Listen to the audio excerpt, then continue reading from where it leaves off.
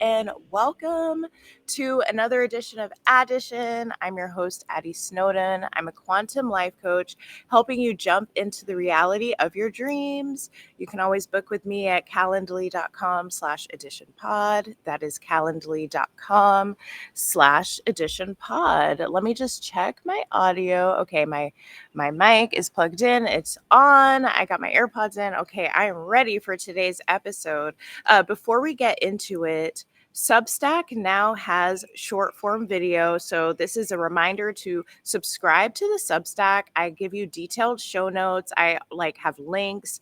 It shows you can see the actual videos in there. I have photos in there, and my real OG fans subscribe to the Substack. So you get the podcast and YouTube of the pod show directly into your email inbox. So it's additionpod, additionpod.substack.com. Okay, so today's episode is called The Truth About Self-Care. We're going to discuss other things, but as you guys know, I've moved to Thailand with my wife and our cat. It has been over 2 months now. We're almost at, or I don't know if we're almost at 2 months or almost at 3 months. Times is kind of flowing. And a lot of the purpose of this trip was for us to heal together, recover, and really self-care, really dive right into self-care for both of us. So, I wanted to talk about it because it's taken the past 2.5 months for me to even fully digest what self-care means to me.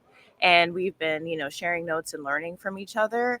And as someone who had learned about self-care, was listening to podcasts about self-care, I even have a book. I forgot to bring it with me so I could show you guys. I had ordered something called the Self-Care Workbook for women. I was actively looking for self-care at my last job. I had soft life on my cubicle. I was so committed to self-care, but I found a lot of the guidance around self-care was just not, it was not holistic. It wasn't taking into account everything that actually a person needs to fully be in self-care. And that's why I want to talk to you about the truth about self-care. So this is going to be a very personal episode. I'm definitely going to go into my self-care journey in more detail. Before I go too far into it, I do want to mention major shout outs to Jay Snow Wellness Show. So Jay Snow Wellness Show has been a huge part of my self-care journey. I'm going to include the link to her YouTube channel, as well as her YouTube channel into the show notes, because Jay Snow has been incredibly instrumental in helping me get to my self-care journey. So if you're watching on TikTok live, Jay Snow is in the chat. She's liking the live. You can go ahead and follow her on TikTok. But yeah, so let's get into the truth about self-care. Okay, so a little bit of context, because everyone has a different upbringing, different family culture. So everyone's self-care journey is different. And so for you to get context as to how far I've come, I need to tell you about where I came from. So my self-care journey, I feel like as a child, I did have a lot of free time. And I think that's why we all look fondly back at childhood. We did have time for self-care. At the time, I was using it to read books. I had creative projects. I was drawing pictures. I was playing on my VTech. I was having, running around, eating snacks, eating, whatever. I didn't have to think about self-care. That was until I moved to the US, you guys. And this is not a US bashing podcast. I did recently become an expat from the US. And also, while I was born in the US, I spent my early childhood in the UK. So that's what I mean about when I came to the US. So I came to the US around 7 years old.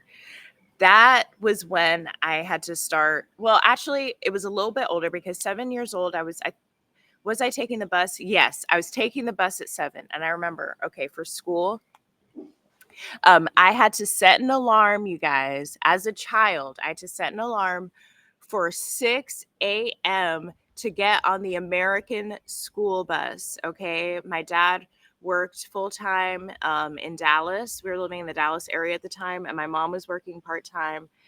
So they had to get to work. I needed to take the school bus, which is a normal part of American upbringing. It is not a normal part of the UK upbringing. Taking the bus is normal, but the school bus specifically is I only experienced in the US, okay? And this school bus, 6 a.m. I needed to be up. And remember, I'm like a child, like 7 years old. It's not like I had a dramatic getting ready to do. It was literally just brush my teeth and wash my face. But to get to the school bus stop, which fortunately was literally my front yard, like shout out to everybody who had a home, um, and their home or their apartment, wherever you guys live, was the school bus stop. Like amazing. But anyway, just for me to get on time to school for second grade, I had to wake up at 6 a.m. and the bus stop was literally my front yard. Okay. My house was the bus stop. That is crazy. I'm sorry. People have normalized it. And, kids go to bed, there's a bedtime and all of that. But 6 a.m. wake up time alarm is crazy for a 7-year-old. Like that's giving military. Like, I'm sorry. That is too much. So all of a sudden, once I came to the US, I started dealing with like sleep deprivation because I felt like I I was so tired in the morning. And eventually, when my brother joined us and I was in middle school and he was in high school, if I missed the bus, he could take me to work. Jason says 6 a.m. is crazy. It truly is. And I would miss the bus, which at the time was a form of my self-care. So my brother could take me to school because it's not like that 6 a.m. bus pickup or whatever meant that I was going straight into class. You'd be sitting, I would be eating breakfast at school. I remember had time for a morning art class. Like that I was way too early, but that's when the bus picked me up. And so it was awesome. Shout out to Charles for taking me to school so I could sleep in a little bit. So anyway, the whole point of this is that not prioritizing self-care, not prioritizing wellness starts really young in the US. It starts really young in the US. Like, again, in the UK, I was much younger and, this is not apples to apples, but while I had to get up, like it was a peaceful wake up. I don't remember the stress and anxiety that I had with my US morning because they will straight up leave you. The bus isn't there. No one's gonna come to your door and knock on the door and be like, "Hey, where's little Sue? Hey, where's little Addy?" They're gonna leave you. So that's already like really high stress. And it's like, what happens if I get left? I'm gonna be at home by myself all day without my parents. Like, you guys, that is really stressful. So anyway, just to childhood, like that was um sleep deprivation had already kicked in. Okay. So then, and also the food was terrible. I'm sorry. Food at school is not nutritious, and self-care, like eating and food is a really important part of it. That I did not find that food nutritious in any way. So I was nutrient deprived. Obviously my parents were supplementing. I'm not gonna say, but like if I didn't have that, I was nutrient deprived, I was sleep deprived. Okay. And obviously, you know, like I don't even want to get into other levels of deprivation, but anyway, that's from 7 years old, right? And then high school, that was grade school. High school, I self-care was non-existent. I went to boarding school. We started college counseling freshman year, and we also had jobs starting freshman year. So it's like every Wednesday we would go. What would we do? Well, we didn't have jobs. It was starting sophomore year. Like every Wednesday sophomore year we would go volunteer. Junior year we worked on Capitol Hill. Senior year we needed to get jobs. Plus college prep. And this is like researching colleges, SAT prep, thinking about your college essay, thinking about what classes you're gonna take in high school so you can get into the college you want. Like incredible. Like at 14 thinking about 18, and that is helpful in terms of goal, like prepping and planning, but that was a lot of stress to put on 14-year-olds. Um, my self-care at that time, breakfast pizza wasn't nutrient dense. LOL, J Snow, that breakfast pizza. Oh my goodness. It was not. I mean, I would say that's probably one of the better ones because lunch pizza was literally just bread and cheese and had no nutrients whatsoever. Okay, so and my self-care in high school at the time, well, we had dances, right? So with and there was room for like partying and fun or whatever. But it was mainly the gym and sports, which in a all girls boarding school is going to get really toxic really quick. So like self-care is like running on the treadmill until you can't stop anymore, right? So there was just a lot of like things that people consider exercise self-care. That is self-torture for me. And don't get me wrong, I'm a very athletic person. This week, day before yesterday, Jalene and I went paddleboarding into the middle of the ocean. My arms are still sore. We got massages yesterday, but my body's still sore. This is not about being anti-athletics. However, high school athletics, especially when they're like, will help you get into college, it's not for fun. It is really intense. Our coaches pushed us really, really hard because they wanted us to be good. We still weren't good, y'all. I'm sorry. Our we were and I'm sure because we weren't getting enough self-care. So yeah. So, and then after high school, I took 3 gap years. That was all work. It was 2008. It was all work, work, work, or figure out how to hustle, figure out there were no jobs. Like, I mean, it was crazy. College, I had multiple campus jobs. I had school. Post college, I realized I was ready for a break. Post college, I didn't go straight into corporate America. I did do corporate recruiting, but I didn't land a position before I graduated. So I was working as an artist and I was working as an entrepreneur. And that was probably the most chill time I had. But obviously was looking too happy and carefree because a woman and a much older woman made it very clear to me that I was going to be ruining my life by not getting a real job. And I maybe had 6 months after I graduated college. I graduated in June and I started my first corporate job in October. So maybe 4 months, right? And then I started the corporate job. And as you guys know, when you get on that corporate grind, it is really easy to leave. It is really easy to leave. So I feel like I was trying to do a yoga class here or there. I was doing like therapy, group therapy, individual therapy. Like I was working on myself, but I was not taking baths. I wasn't doing anything healing for me. I feel like I was still having a really intense relationship with food. Like I wasn't like feeding myself as well as I could. And I was just focused on money, career success, money, career success, money, career success. Okay. So, and then, eventually I was like, this is too much for me. I decided to move to Florida. I saved enough to quit what my job was at that time in Vermont. And that was a really chill job, to be honest, but it was just causing me so much stress.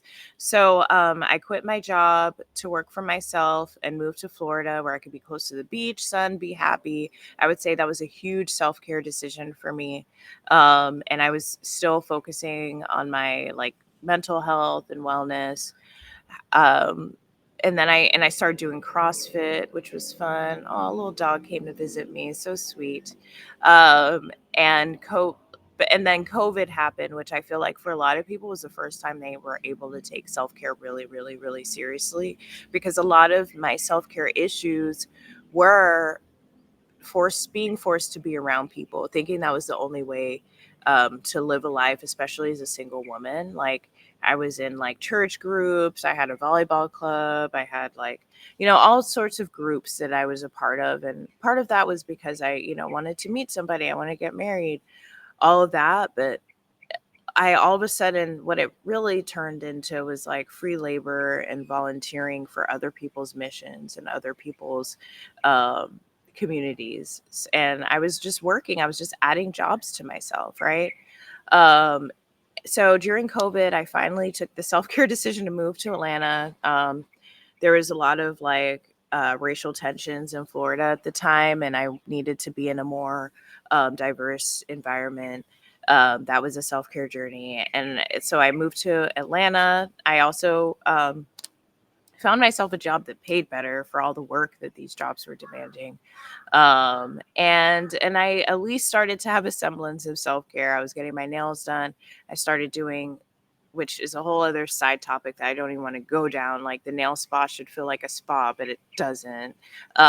Sensory deprivation tanks were my first spa treatment, I would say, I started getting for myself. It's really highly salinated water, so salty that you can float in it, and it's the temperature of your body. And they put you in this kind of like, um, you know, cave of sorts, cave pod where no light can come in, no sound can come in, and you just sit there in that water, which was really healing for me. But I had so much further to go.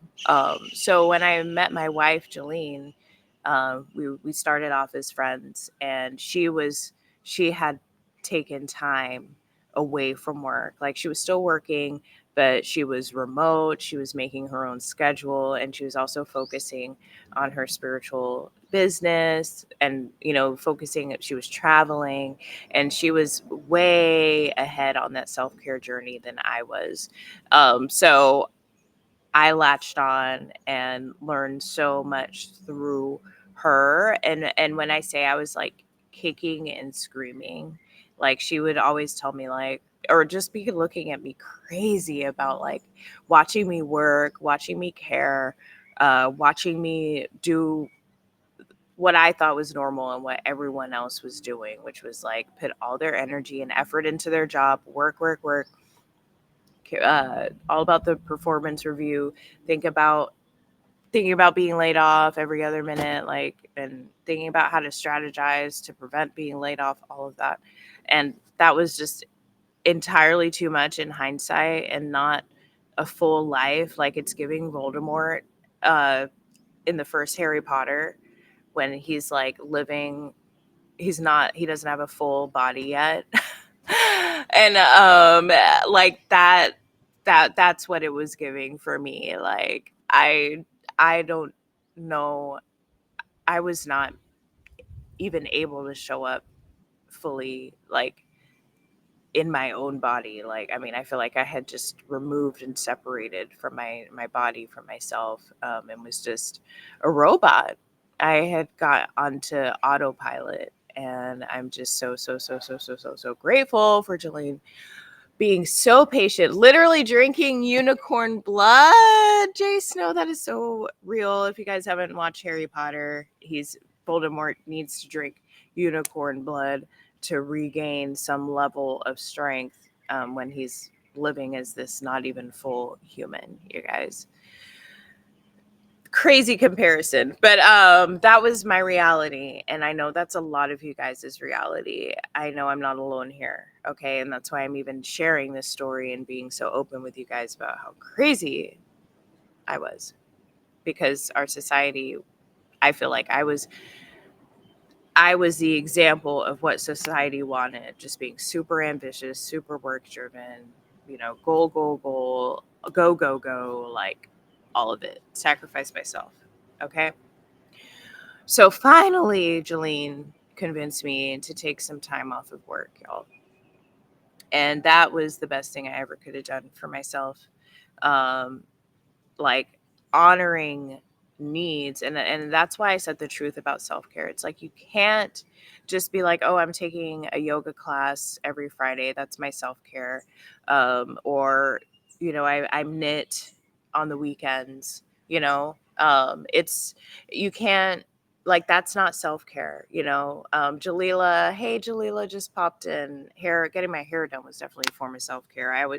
There's a saying that you can always tell what's going on with a woman based on her hair. And even moving to Atlanta, my hair healed. Jalene helped with that too, with that Moroccan oil. But let's get back to it.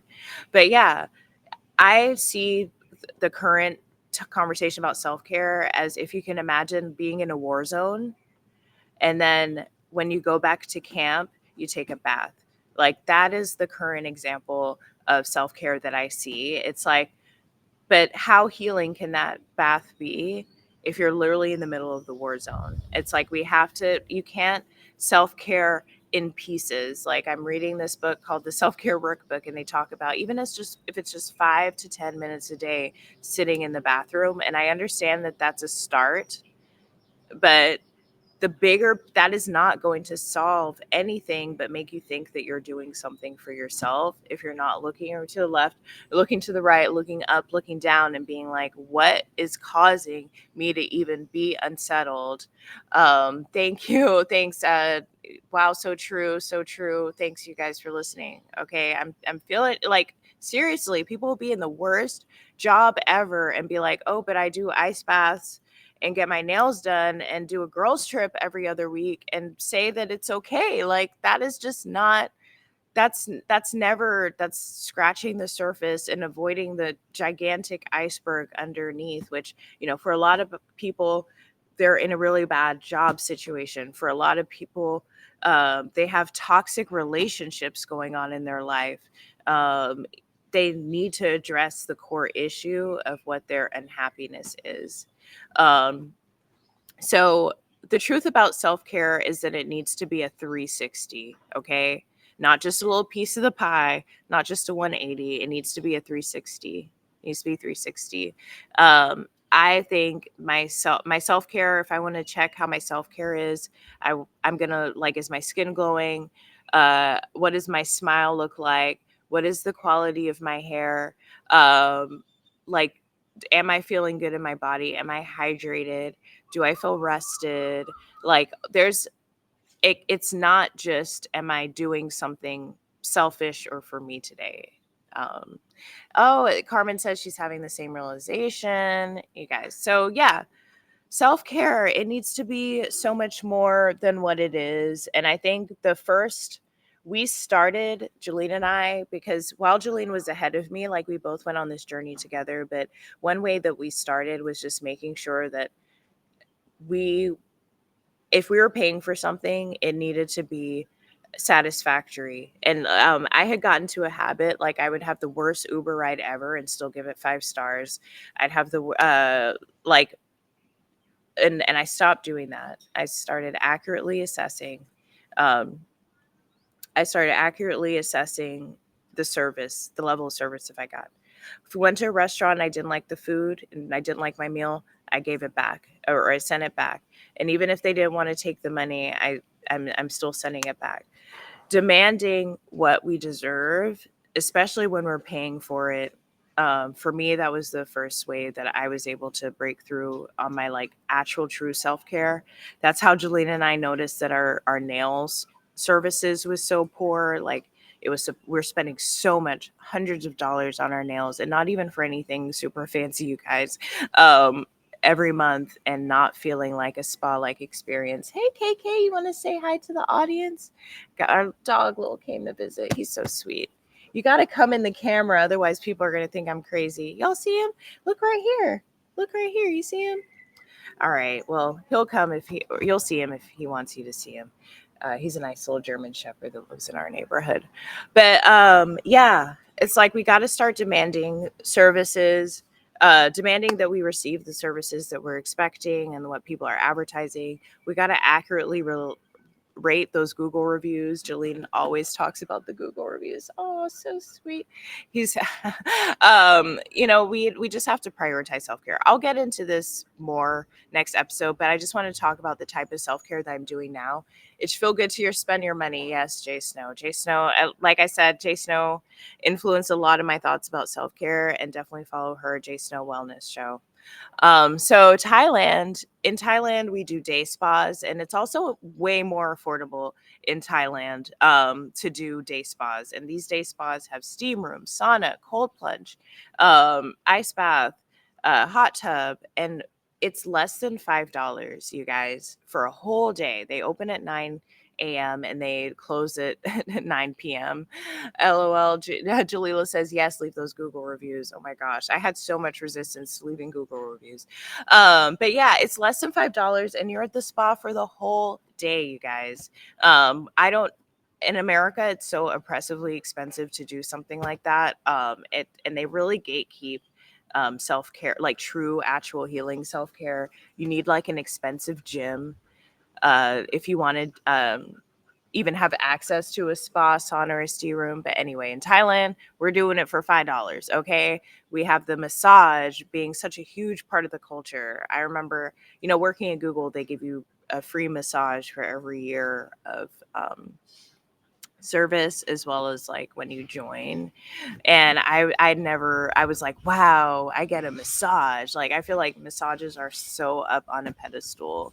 But for $10, you can get a fabulous hour-long massage here in Thailand. Okay. We go to the beach, and because we live on an island, there's like a million beaches. Like, it's never like scarce. Like in America, it's like if you want to rent a cabana, it's like $50, $100 if you want to rent a sunbed, and God forbid, be comfortable on the beach and not lug all of your stuff around. Okay. Thailand, again, $5. You can rent a cabana all day, all day for $5. And for two people to sit down, Okay. Sleep and rest. I would say that's something that took some time for us to even embrace for ourselves, but finally we're sleeping in, finally we're resting more. I would say that's one area that we could probably do better, because we like to stay up late, and sometimes I wake up early for things like this show. um, Hydration, these fabulous fresh coconuts. Okay, they have growing everywhere, one of the most hydrating and electrolyte filled beverages, which are these fresh coconuts. Fabulous. And you know I'm not going to talk about the monkeys that harvest the coconuts. I'm just really grateful that I have access to an infinite amount of fresh coconuts. I'm literally looking at a fresh coconut tree right now. Okay. So then, pharmacy and health. Like Jalila said, them coconuts are truth. Like, I don't need water. Exactly. First of all, water is nasty. I know this is a hot take. I know this is an incredibly spicy hot take, but water is nasty. Thank you, Jalila. She said she got my skin glowing. Amazing. But yes, coconut water is delicious. Like, that is my preferred water of choice. Okay. You can hate me if you want. I'm sorry. Uh, so pharmacy and health. You guys, we don't need to go to urgent care. First line defense is the pharmacy. And there's a pharmacy. It's like every other store is like pharmacy, cannabis shop, 7-Eleven, restaurant, bar, pharmacy. It starts over. Okay. So it's like there's a pharmacy, and they have a pharmacist there, and they have time. They sit down and talk to you. Um, like, the fact that we need health, and like, I had some of the best health insurance most of my life in the US. Blue Cross Blue Shield, shout out. And they sucked. Like, it's not like gave me a premium healthcare experience. It's not like it made it easier for me to book appointments. If I wanted to go to the doctor, I'd sometimes have to wait months to go see my doctor, my primary care. I had to talk to like physician assistants and stuff like that. No shade to physician assistants, no shade to any of nurse practitioners, but I had no access to a doctor. When we were coming back, when we were coming to Thailand the second time, we needed to get shots. We had to go to Publix. I literally got my vaccines next to the cheese aisle. Like, crazy. Like, what? America has this as standard for healthcare. For us to be paying as much money that we do is absolutely insane. Okay. So also, just like taking time off work, we're able to listen to our bodies more, and we have completely outsourced cooking and cleaning and driving. Completely outsourced, because it's actually affordable. To clean a 2 and a 2.5 bedroom home, it's about probably like $20 to $25. And so we can do that weekly. Cooking. Um, I'm sorry, I can't stand cooking. I can't. I can't. And Julina's a fabulous cook. But I know she didn't feel like it all the time / most of the time. And the grocery store used to be the bane of our existence, y'all. Like, I never wanted to go. I never wanted to go. So now we can do Uber Eats every day. Essentially, it's called Grab. And it is so incredibly affordable. Carmen asked, do you live in walking distance to the beach? Yes, we do live in walking distance from one beach. It's not like our favorite or preferred beach, but that was like, we were like, we need to be within 10 minutes walk from the beach. And we're about like 15 to 20 minutes walk from the beach. Yes, amazing. It's fabulous. So cooking, we doing that Uber Eats or going to restaurants, and cleaning, I already talked about that, and driving. We take motorcycle taxis, which I've always loved. It's so cheap. Like, we're talking about cents, pennies to get to go like a couple miles, a few miles, you know? So something in America is like they glamorize labor, like they glamorize cars when driving is a job. But they make it like luxury, but driving is a job. Everyone who is driven in traffic. No, laundry, yes, Jalene, we have outsourced our laundry. Our laundry ladies are so sweet, and they're right around the corner, and they charge per kilo, and it's a negligible amount for these, and it's just wash and fold, and it looks like they ironed it because of how tight and neatly they have folded. Like, I will show you one of these, how our laundry arrives. It's literally mind blowing. It's like if you got dry cleaned and they don't include those terrible wire hangers. All right, so yeah, I forgot what I was even talking about now, but outsourcing, we're actually doing our self-care, and it's still taken us, first of all, it's taken us like 2 months to even get to that point. All of a sudden, out of nowhere, when we got here, Jalene was doing laundry. I was used to be the laundry person in our household back in the US, and I'm like, why are you doing laundry? It was crazy. So it took 2 months for us to even get on a spa schedule, get on a laundry schedule, like all of it, start getting massages. Like, the level of unwinding and unpacking from our negligent self-care was so much. Okay, so yeah, so that's where we are now. Let me know if you have any more questions. Carmen says, how much do you budget per month for everything, including housing? Oh my gosh, Carden. I'm going to be completely honest with you. I'm not going to answer that question because it's probably going to seem like a lot of money.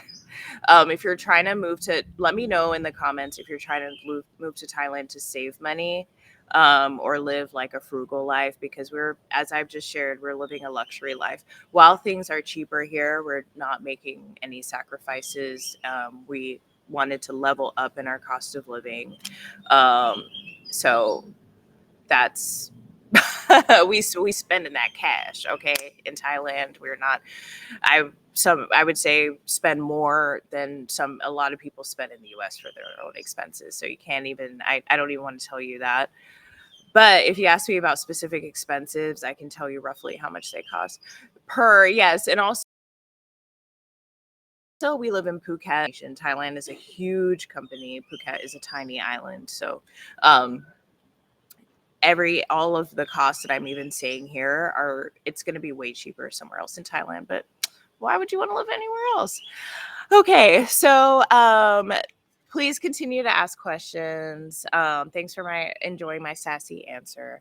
But yeah, there's a really, really good life out here. And let's not even talk about like unpacking, not having to deal with like stuff like I feel okay being Black here. I feel okay being gay here. Like, there's a whole bunch of like trauma that doesn't even there's a whole bunch of trauma that I don't even need to bring, that, we don't need to have here, which is a whole other next level of self-care. Like, praise the Lord.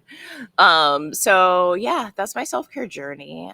So we're going to move on to the career segment. Thanks for listening. That was probably my longest hot topic episode.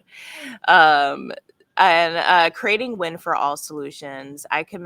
So we've been doing the 15 commitments to conscious leadership series. We're on commitment 14. We're almost done. Commitment 14 is creating win for all solutions. I commit to creating win for all solutions, win for me, win for the other person, win for the organization, and win for the whole for whatever issues, problems, concerns, or opportunities life gives me. So I think most people have heard about like let it be a win-win situation. And the book, The 15 Commitments of Conscious Leadership, well, I'll link it to the show notes. They talk about win for all. Like in a win-win situation, it's like win for me, win for you. But what about win for those people? What about win for our business? What about win for our organization? And so it's like they're encouraging us to always search for solutions where everybody and everyone and everything wins. And that you may hear that and think like, well, that's asking a lot. And there lies the problem, because people always assume doom and gloom if things don't immediately roll out to them. Dave Ramsey, which is one of my favorite financial personalities, I guess, always says if we're needing to choose between two bad options, you need to find a third option. You can't just say like, oh, I'm either gonna live in my parents' basement or take out $200,000 in loans for grad school. Like, you can't live in that kind of reality. You have to look for a third option. So win for all. So make that third option be a win for all solution where everybody wins. I know that's a little vague, but again, I link the summary to this book as well as the book in the show notes. Probably need to just read that one more, but takeaways, expand the idea of making it a win-win to making it a win for all. Okay. All right, so now we're going to talk about what I'm geeked out about this week, which is 90 Day Fiancé, y'all. 90 Day Fiancé, The Other Way, Season 6 specifically, that came out in 2024. I took notes. Okay, so I am so geeked out. As you can tell, my energy level is super high talking about it. Jalene and I started watching this a few days ago, and we've almost finished the whole season. And as you guys know, these episodes are at least 45 minutes to an hour and a half, and there's like 20 of them a season. So we've been spending so much time watching this, and I think 90 Day Fiancé, typically it's like an American marrying a non-American, and they're moving to America. The other way is when they move to the country of the non-American. So we got a few couples. There's Corona and Inge, where Corona is moving to Iceland. Shakina and Sarper, where Shakina is moving to Turkey. Josh and Lily, where Josh is moving to China. Tata and James, where James moved to Indonesia. Joanne and Sean, where Joanne is moving to Ireland. And so a lot of the show takes place in these foreign countries, which is cool. It's like Travel Channel plus, reality show plus dating show all together. So why I want to talk about it. Okay, these are real relationships, and most TV relationships that we see, especially on reality shows, are so fake. Like 90 Day Fiancé has such a bad rap in terms of the quality relationship. Like, these people really love each other. Like, when's the last time you moved across the world for your love? Okay, let's be real. Okay, most people won't even sacrifice skipping their morning hit class for their spouse, where people are leaving families, leaving friends for themselves. Like, these people are all in. And no, people, I personally don't think anyone is trying to use anyone. They're just trying to be together, and the world makes that challenging. So these are, if you want to see what it's like to actually be in a real relationship where people are talking about money issues, people are talking about family and in-law issues, people are talking about kids and when to have them, and future and finances, like, this is the show to watch, because so much stuff is so fake. On like Love is Blind, those relationships are fake. Perfect Match, like, no one's talking about real issues, but 90 Day, props to 90 Day, because they are so real. Another point is that Americans come off crazy and unhappy on this show, and because we were in Thailand and we're kind of going through our own 90 Day Fiancé journey, we were already married, you guys, but like we left our home, and we're also trying to figure things out together as a married couple. There's a little distance, but Americans look incredibly crazy and unhinged and unhappy unhappy and incapable of being unhappy, incapable of being happy. Like, it's really, really hard to watch. And I think in America, I would watch shows like that and be like, oh, these people are just responsible. These people are just practical, which are these American values, right? They have grit, you know what I mean, or whatever, you know.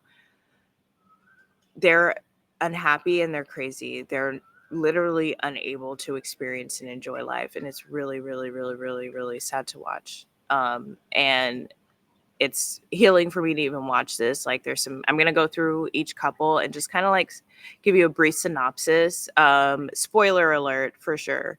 But I'm not gonna get too deep into it, but I'm just gonna like talk about like their biggest conflict or what stood out to me, and like how it can relate to being American. So Corona and Inge. So Corona got accepted to University of Pennsylvania midwifery school and chose to turn it down to take a chance on love in Iceland with this guy that she's been friends, who knows, long distance relationship.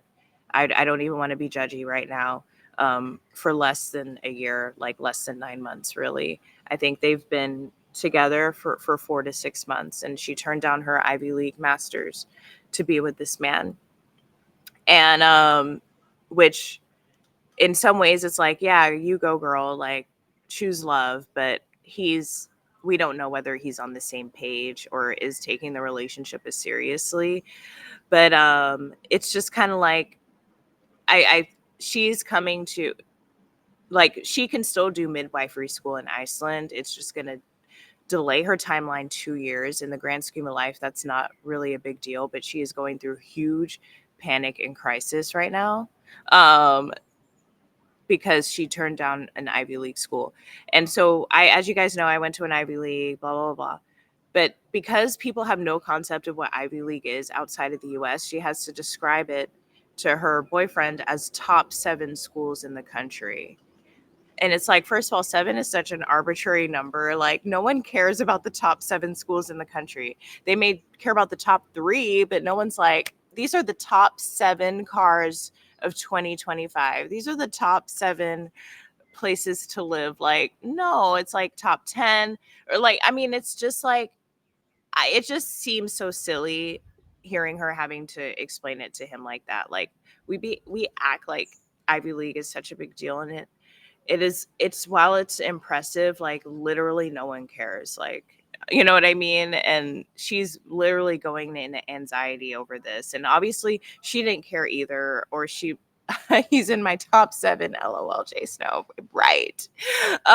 So it's like, she obviously didn't care either because she turned it down. Like, she said her whole life she had been wanting to be a midwife, and she gets into her dream school and dips for this guy that she's only known for a few months. She doesn't even care about the Ivy League, obviously. So that's just an interesting couple. Then there's Statler and Dempsey, which, oh my gosh, like, Statler and Dempsey are a lesbian couple, and Statler is the high anxiety, I have a job, I'm going to support us, but be really stressed about it. And Dempsey is the carefree, free spirit, let's live in a van and everything's going to be fine. And it's funny watching it because I can relate to Statler. There was a time I had anxiety, not like hers, like she's definitely way more extreme. And I also like thought like the best thing I was doing ever was providing income through a job, no matter how I showed up, you know, as long as I was providing income, that didn't matter, and justifying anything like moods, all stuff just based on like, well, I had to work, whatever. Like, highly relatable. I would say a lot of Americans come off as Statlers because, I mean, the craziest thing is that they're literally they're living in a van and they're traveling through Europe. And because of the time difference, she agreed to her boss to work 10 hours a day for 30 days straight. Like, absolutely insane. So we'll see where that goes. I can't even really get into Statler and Dempsey fully. Shakina and Sarper. Shakina is from LA, typical LA woman, looks like a Kardashian, moves to Turkey to be with Sarper. She's just so intense. Yes, Statler is just really, really intense. And my only question here is, where is her daughter? Like, where is Shakina's daughter? Are we going to see her? Because she has completely left her and abandoned her daughter um, to get a nose job and be with this random guy in Turkey. It's really weird. Why can't he come? Why can't he come to the U.S.? I don't understand. Okay, Josh and Lily. Josh is an American man who moves to China. Josh sold his American house and has his safety net and has his Chinese wife paying for everything, including home renovations to make it his life more comfortable in China. And also their really, really, really, really fabulous over the top wedding. So that is what Josh and Lily are going through, and it's just like financial infidelity. Like, if you're sitting on a whole bunch of cash and you see your partner struggling and stressing about money, like, that is crazy. He also told her that he was poor, and they've been married for years. Like, even though they're just getting their traditional wedding now, like, they've been married. So this is crazy. He's committing financial infidelity by hiding money from her and just watching her slave for him. And her daughter clocked his tea, and he immediately says, well, I don't care about being in a positive relationship with your daughter. Like, crazy. Okay, so Tata and James. My Tata is Indonesian. James lives in Maine. Okay, and she lived in Maine with him for 3.5 years. He spends 2 months in Indonesia and wants to go back home. And because he wants to be able to support her and can't figure out how to support her in Indonesia. And I'm like, bro, have you done one Google search? Like, can you not teach English? He just wants to go back home. Um, but it's also, the reality of millennials. He doesn't even want to have kids anymore. So, like, she's going through all this trauma of not being mom and not wanting to go back to the US because she's really lonely there because he's working all the time, and he doesn't even want to have kids anymore with her because he can't afford it. And I think these are real issues. I think it's easy to watch the show and just judge him, but it is real. A lot of Americans, a lot of married couples that have really, really good jobs can't figure out how to have kids.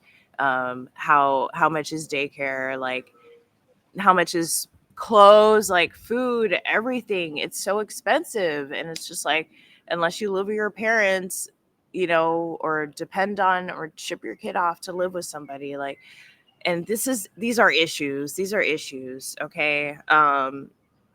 It's a problem. And it's like, and I guess it's like, it is what it is. You can't focus on people who don't have, you got to just focus on you. You can't be worried about anybody. But, like, my heart really goes out to the millennial generation, because, and every generation, because life can be ghetto sometimes.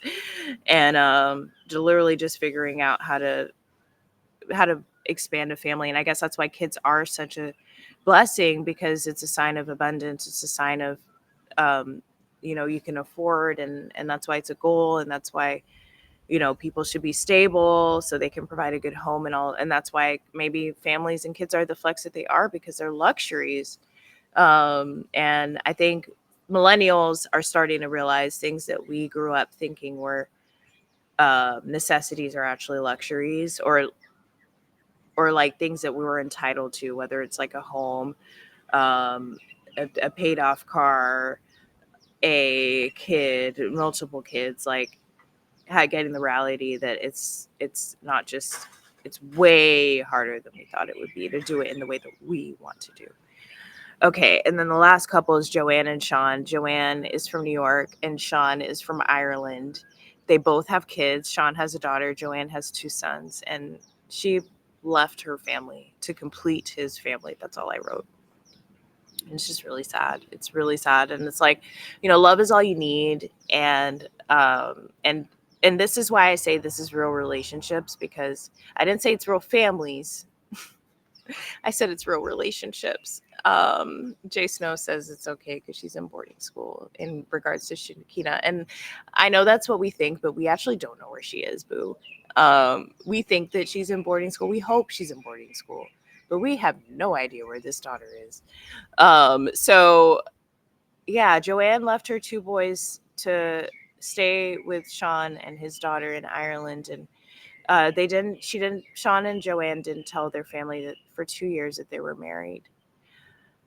What is going on? I don't, and it's like, obviously Joanne just wants to leave New York. She wants to leave her family. But it's just like, just to see that play out, is rare. It's rare. And I'm not judging her. I know she has her reasons, but seeing her kids heartbreak over her leaving the country. Jalene says, and then we think, oh, my boys are upset. It's like, yeah, they're upset because you're abandoning them. Like, or she has a 12-year-old son and an 18-year-old. And I guess since they've been married for 2 years, they got married when she had a 10-year-old and a 16-year-old and didn't tell them. And now 2 years later, she was probably waiting till the oldest one turned 18, and now she's moving to Ireland. And she's saying, like, yeah, I'll do 2 weeks in the US and a month in Ireland. First of all, what? Why are you only, shouldn't it be a month in the US and 2 weeks in Ireland? Like, but it's like, you gotta do what you gotta do for love, and love is powerful. Love is all you need, and you are gonna make questionable decisions based on love, because without love, what else do you have? And going back to self-care, like, we're so love starved.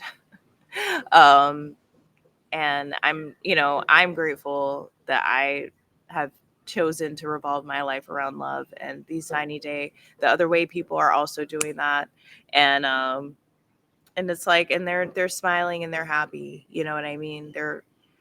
Uh they feel complete. And I would say, check out 90-day the other way, if you want to see what real relationships look like, and what commitment looks like, and what showing up looks like, because they're doing really hard stuff. And a lot of us don't even a lot of people don't even let themselves get out of the comfort of being single to even experience, tough conversations in relationships.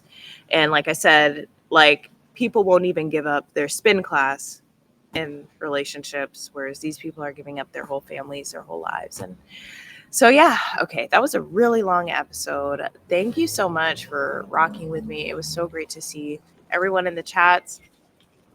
I love and appreciate you guys. Thank you so much for watching. And I hope you have a fabulous week. I will see you all next week. Happy April 1st, you guys. Love you all.